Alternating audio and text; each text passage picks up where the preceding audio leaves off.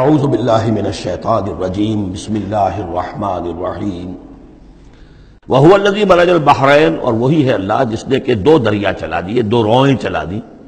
ھذا عذب فرات، یہ ہے بہت ہی عمدہ خوش ذائقہ اور خوشگوار اور میٹھا پانی. وھذا ملح اجاج، اور دوسری رو چل رہی ہے کہ جو کڑوی اور نمکین پانی کی ہے. وجعلنا بینہما برزخا وحجرا مہجورا، اور ان کے مابین ہم نے پردہ لگا رکھا ہے، نظر نہیں آتا، اور ایک آڑ ہے، اوٹ ہے کہ وہ آپس میں ملتے نہیں ہیں. اللہ تعالیٰ کی یہ یعنی صنائی ہے، اللہ کی قدرت ہے.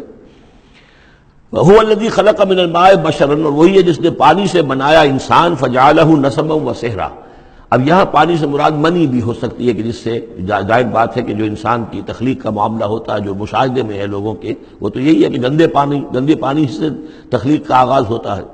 فَجَعَلَهُ نَسَبًا وَسِحْرًا، اور پھر اس کے لیے ایک تو یہ کہ اس کے آباء و اجداد ہیں، نسب ہے اس کی، اور ایک سحرن سسرالی رشتے بیوی کے حوالے سے بھی. اب ظاہر بات ہے کہ جو ساس اور سسر ہے وہ بھی ایک طرح کے والد اور والدہ ہی ہیں، یہ بھی گویا کہ اللہ تعالیٰ نے ان کو وہی رتبہ عطا کیا ہے. اور اس طریقے سے رشتے جڑتے چلے جاتے ہیں، ورنہ تو یہ ہوتا کہ ایک ہی خاندان کے رشتے جو ہیں وہ چلے جا رہے ہیں اور آئسولیٹڈ ہونے تھے خاندان. لیکن یہ کہ جب یہ رشتے ہوتے ہیں شادی بیاہ سے تو وہ خاندانوں کے مابین ناطے بن جاتے ہیں، رشتے ہیں اور ناطے ہیں، اور اس طریقے سے تانا بانا جو ہے اس میں نوع انسانی کو اللہ تعالیٰ نے بن رکھا ہے.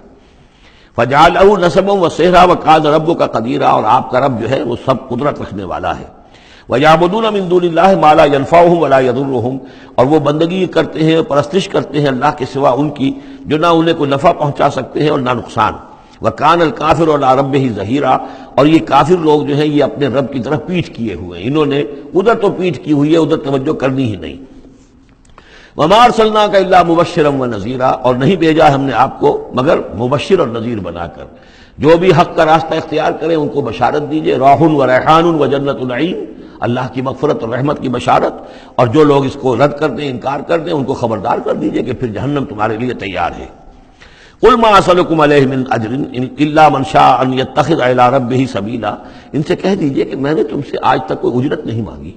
میں نے کبھی تم سے، میں جو تمہیں یا قرآن سناتا ہوں، یہ جو شاعر لوگ آتے ہیں قصیدے پڑھتے ہیں تو کچھ انعام چاہتے ہیں. یہ سامر جو آتے ہیں جو کہانیاں سناتے ہیں راتوں کو، سامرن بہی تہجرون جو ہے، تو اس کا معاملہ کیا، وہ بھی تم سے انعام. میں نے کبھی تم سے کوئی مانگا ہے؟ میں خلوص و اخلاص کے ساتھ تمہاری خیر خواہی میں یہ کام کر رہا ہوں. قل ما صدقكم علیہ من اجر الا من شاء ان يتخذ الى ربه سبیلا، سوائے اس کے کہ میں یہ چاہتا ہوں کہ جو بھی تم میں سے چاہے، جسے بھی توفیق ہو جائے، وہ اپنے رب کی طرف راستہ اختیار کر لے، رب کے راستے پر آ جائے.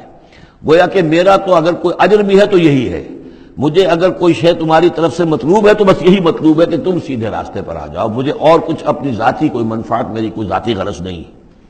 وَتَوَكَّلْ عَلَى الْحَيِّ الَّذِي لَا يَمُوتُ، اور اے نبی آپ توکل کیے رکھیے اسی ہستی پر کہ جو الحی ہے، الحی القیوم، جو کہ زندہ ہے اور زندہ جاوید ہے. الذی لا یموت، جسے کبھی مرنا نہیں ہے، جس پر کبھی موت وارد نہیں ہوگی.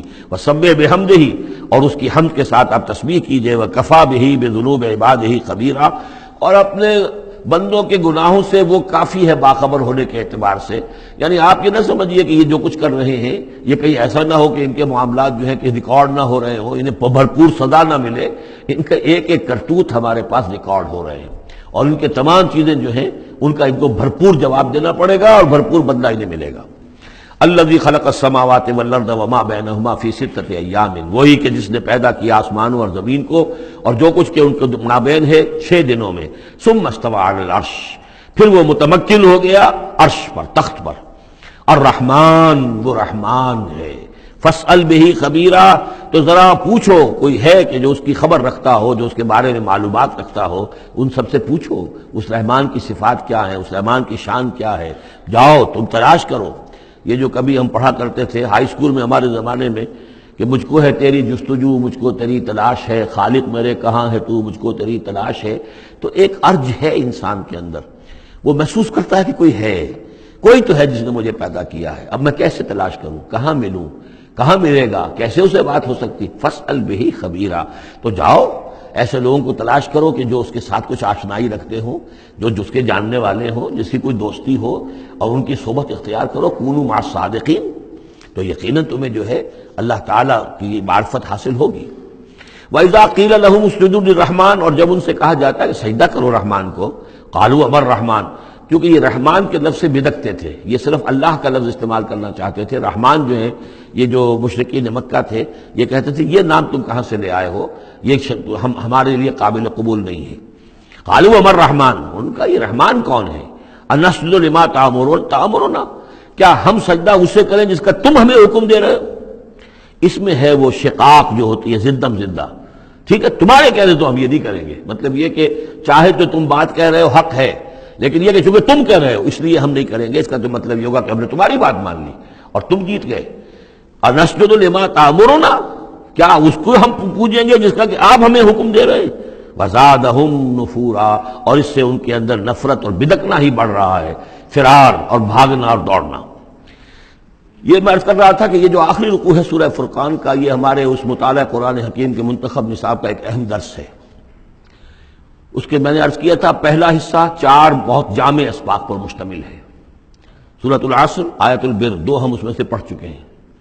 دوسرے حصے میں کچھ ایمان کے مباحث تھے، ایمان کی ماہیت، ایمان کی حقیقت، اس میں ہم سورہ آل عمران کے آخری رکوع کی آیات پڑھ چکے ہیں، سورہ فاتحہ پڑھ چکے ہیں، اور ابھی حال ہی میں سورہ نور میں یہ آیات نور جو ہیں، 5واں رکوع سورہ نور کا۔